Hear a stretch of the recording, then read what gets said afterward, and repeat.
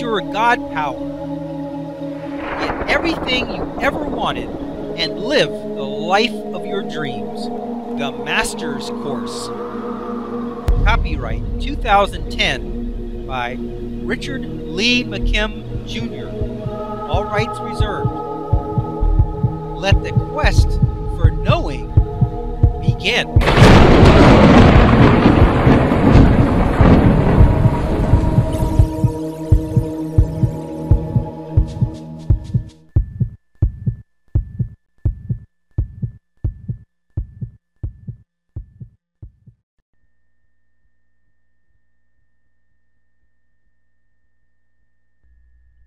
Study and learning. Study and learning seems like the best place to start because this whole book is based on that one technique. The main objective with the study and learning technique is to learn everything that you can about that ability or that reality. If you want to be able to handle hot objects without burning yourself, then learn as much as you can about others who have that reality. Do what you need to do to believe that it is a real ability and that it is possible for you to accomplish it. This applies to even small alterations in your reality. Suppose that you want to have a reality of lots of money. Then you must apply the same approach. Find those who have it now. Study the ones who are examples of what you want for yourself. Drive in the neighborhoods that have the kind of houses that you want. Hang out where they hang out. If not in person, then by thought. As you begin to think like they think, you will see what they see. What would a billionaire say or do in this situation? Opportunities and situations will begin to show up out of nowhere that is just what you need to get ahead. You will have a vibration that will, by the power of resonance, elicit help and ideas from the very people you want to be like. Just like the waitress that was repeating the customer's words to resonate with them, you will get money handed your way. People will offer you great opportunities because they are resonating with you even though they don't know it. It will seem like their idea, but you will know that you are eliciting it from them. Remember, when you elicit a response or action from another person or situation, it is a pleasant experience for the other person. It is a natural action or gesture on their part that you are bringing out. You cannot elicit something from someone that is not there to begin with. If they wouldn't do it anyway, you won't be able to elicit it from them.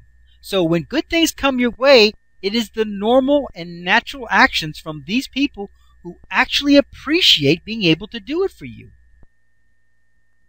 Altered states. While everything that causes a different level of consciousness could be classified as an altered state, we will mainly refer to the altered states of consciousness that have resulted from some drug or special ceremony. Altered states are the favorite technique of the indigenous tribes and their shaman. They will use some sort of mind-altering substance and then experience insights and abilities that were unattainable in the normal state of consciousness. Let's revisit the example we first saw in Chapter 10, The Reality of Your Body as Representation. Jarvo Indians of the forested eastern slopes of the Ecuadorian Andes acquired the ability by drinking an extract of jungle vine called Anastasia, a plant containing a hallucinogenic substance believed to bestow psychic abilities. According to Michael Harner, an anthropologist at the New School for Social Research in New York who specializes in shamanic studies, Anastasia permits the Javaro shaman to see into the body of the patient as though it were glass.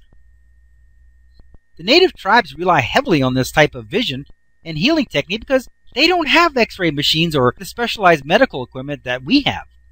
The main advantage to using an altered state of consciousness is that you will have experiences that you would have normally prevented by your conscious control of your reality. In the next video example, Graham Hancock is being interviewed and talks about his book, Shamanism, Aliens, and Anastasia. He discusses the beneficial use of these hallucinogenic drugs to reach higher levels of enlightenment. He has become an expert on the tribal use of Anastasia, which is used to reach altered states of consciousness, and has used it himself. Video example, Anastasia. What is this video about? In this video example, Graham is talking about the ancient tribal use of these plants to learn truths about the other dimensions and other realities. He notes that using this powerful drug is not the only way that you can reach this altered state of consciousness. Other ways to reach this level of consciousness include rhythmic dancing, certain kinds of music, starvation and pain, atmosphere of certain places, electromagnetic fields, just to name a few.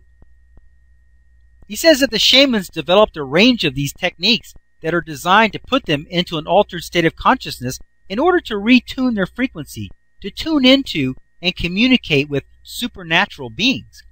He cautions, however, that one should not partake of these types of substances without the proper guidance, especially the guidance of a tribal shaman. He says that the shaman of South America are more than happy to guide a newcomer through the experience. In those countries, it is not illegal to partake of this ritual substance. His most important point of all is that the ceremonial ritual is of vital importance. It is the ceremony that defines the experience and helps it proceed in a beneficial way. What does this example show and what does it mean? This video example is mostly important to our discussion and our purpose because of his statement about the ceremony. He said and stressed that the ceremony is vital. While that might not seem like an important point, we know that meaning is everything, and nothing creates meaning like ceremony. Back in our video example, Fake Knee Surgery Works Miracles in Chapter 1, the doctor only acted like he was doing the operation, and yet the patient healed. Not because of the operation, because there wasn't one, but because of the elaborate ceremony that he went through. It gave great meaning that he was going to be healed, and he was. Many people take these kinds of drugs and have wild experiences, sure enough, but there is no ceremony, no purpose, no specific objective. Thus, their experiences are all over the place and don't have a very effective outcome.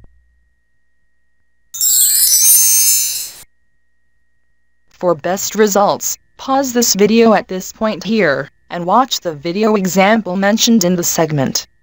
The links are located in the book chapter, and at the end of the book. If you are watching this online, you will find the link for this video example listed in the notes section. Then, after watching the associated video example, continue watching this video from here. In the shamanic traditions, there is an elaborate ceremony in which you know the purpose of your mind journey. You have the tribal shaman at your side to guide the experience in a specific way in order to keep the meaning and the point of the experience on track. This makes great sense from our point of view because we know that wherever the meaning is or goes, that is where we will be eliciting responses from the universe. So if our meaning wanders off and we become afraid or distracted, we could have a runaway experience eliciting who knows what. We know that drugs can and do elicit altered states of consciousness, but are they really necessary? Consider the following studies. It is commonly known that chemotherapy treatments will cause the loss of a person's hair. In a study of a new kind of chemotherapy, there were people who got the actual chemotherapy and those who got a placebo, the fake drugs. Of the ones who got the fake drugs, 30% of them lost their hair. In a 1962 experiment, Drs. Harriet Linton and Robert Langs told test subjects that they were going to participate in a study of the effects of LSD, but gave them a placebo instead. Nonetheless, half an hour after taking the placebo, the subjects began to experience the classic symptoms of the actual drug, loss of control, the supposed insights into the meaning of existence, and so on. These placebo trips lasted several hours. In both of these cases, the people didn't even get the real drugs and still experienced the effects. Are there other ways to reach the altered states of consciousness other than drugs? What about the altered state that alcohol offers?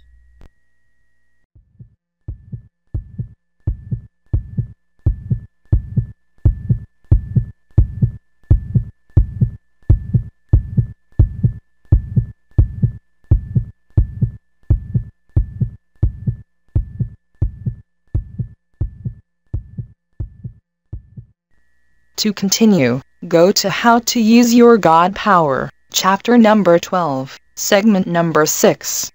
Let your quest for knowing continue.